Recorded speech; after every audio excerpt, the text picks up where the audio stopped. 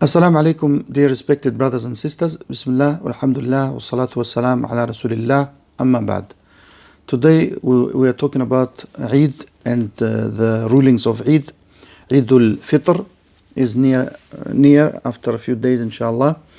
May Allah help us to reach it, and many more Eids. Eid al-Fitr is after Ramadan, Eid al-Adha after Hajj or during Hajj, at the end of Hajj. So, the first is the hukum. The ulama differed. Some said it's obligatory upon every individual. Some said it's obligatory upon the community. And some said it's sunnah.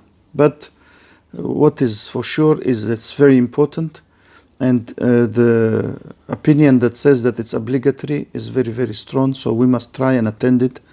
And even all members of the community are encouraged to attend.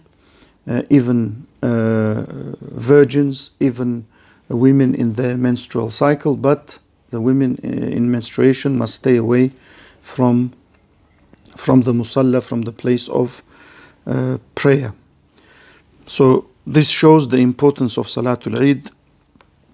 And from the conditions of Salatul Eid is the time, which is the same time as Duha, which starts 15-20 minutes after shuruq, after sunrise. And the number, many ulama said it shouldn't be less than 3 people. And the fact that they all reside in this particular location. So a traveler doesn't have this obligation upon him to attend. Where should it be prayed? It should generally be prayed outside. Of course, in Muslim countries, that's how it's normally done. Outside of the city or the village, or in a very wide, spacious place, so that the most number of people can attend. But if it's prayed in a mosque, due to the fact that there is no possibility to do it because of rain, cold, or wind, or because it's simply not allowed by the authorities, then it's permissible. The time, like I said, is time of Duha, because the Prophet ﷺ and his companions used to do so. And of course, not Zakatul Fitr, Salatul Fitr, Eid al-Fitr should be tried and prayed a little bit later than Eid al-Adha. Why? Because we try to pay Zakatul Fitr between Fajr and Salatul Eid. So we need a little bit more time for that on Eid al-Fitr. And of course, it's sunnah for Eid al-Adha to wait until the person sacrifices the animal or receives it. In some countries, you're not allowed to sacrifice yourself. Receives the animal, then to eat from it. If it's not possible to do so, meaning sacrifice, you don't have money, you don't have maybe the opportunity, then for sunnah, to follow the sunnah, is good to wait and eat on Eid al-Adha until after Salah. The description, 2 rak'ah, as you probably know, because that's how the Prophet ﷺ used to do. In the first rak'ah, to say 7 takbir, after the takbir, the first takbir. Some said 7 includes the first, so don't be surprised if some say 6. Then of course we read Fatiha, then we read Surah.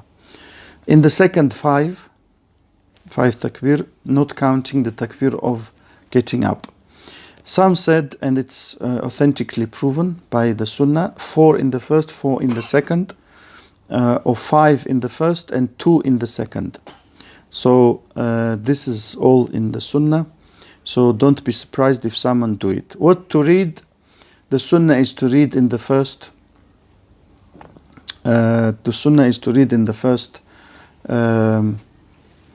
Surah Al-A'la, in the second rak'ah, Surah Al-Ghashiyah, and also from the Sunnah to read sometimes Surah Qaf in the first and Qamar in the second.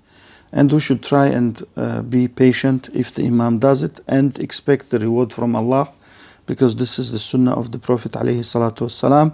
And of course, Imam should look at the condition of the people, but it doesn't mean we abandon the Sunnah altogether.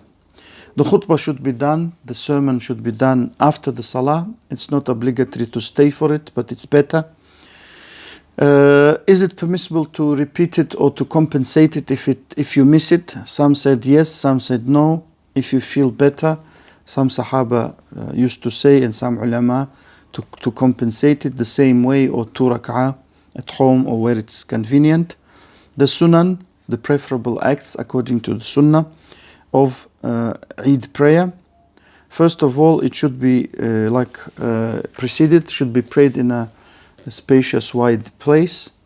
Secondly, the sunnah is to make Salatul Adha a little bit later than Salatul Fitr, Salat Eid al-Fitr. Before going to Eid al-Fitr, to eat odd number of dates if possible, if not just to have some food generally. That's the sunnah, and not to eat on Eid al-Adha or Eid al-Nahr, sacrifice, until the animal is sacrificed. Also, it's sunnah to go early, to be closer to the imam and to get the reward of being early.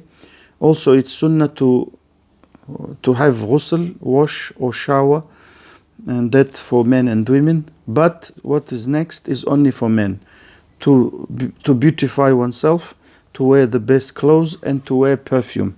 It's not allowed for women to do that. Also, it's sunnah to do the khutbah after the salah, and to explain some of the ahkam in this khutbah, and to also dedicate a portion of the khutbah to the women. Also, to do a lot of dhikr and takbir, and tahleel. Takbir means Allahu Akbar, tahleel la ilaha illallah, because of what Allah said in the Quran and what the Prophet ﷺ used to do, and the Sahaba. And the men should say it loudly, and the women quietly. Also, to go to the Eid one way and to return another way, as it is the Sunnah.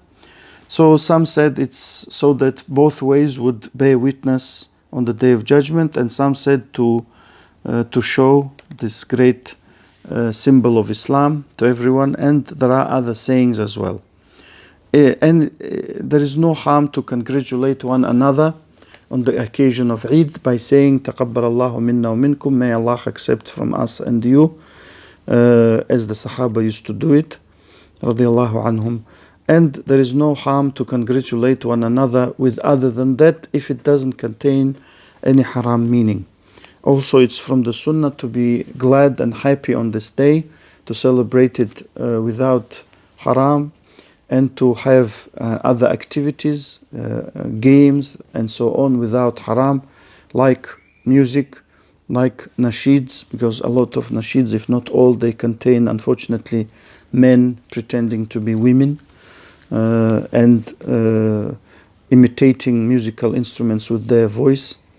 And of course, musical instruments are not prohibited because they're made of metal or wood, but because of the sounds that they make. So to imitate these sounds with your voice is not allowed. Without free mixing of men and women, without women not wearing hijab or wearing a deficient hijab, or wearing perfume and so on. So all of this must be avoided. And of course, on the day of Eid, when we go to Eid, we must all, men and women, lower our gaze. Not look at everyone, but this is the general rule in the life of a Muslim, but especially on Eid, when a lot of people attend, we must do more to lower our gaze.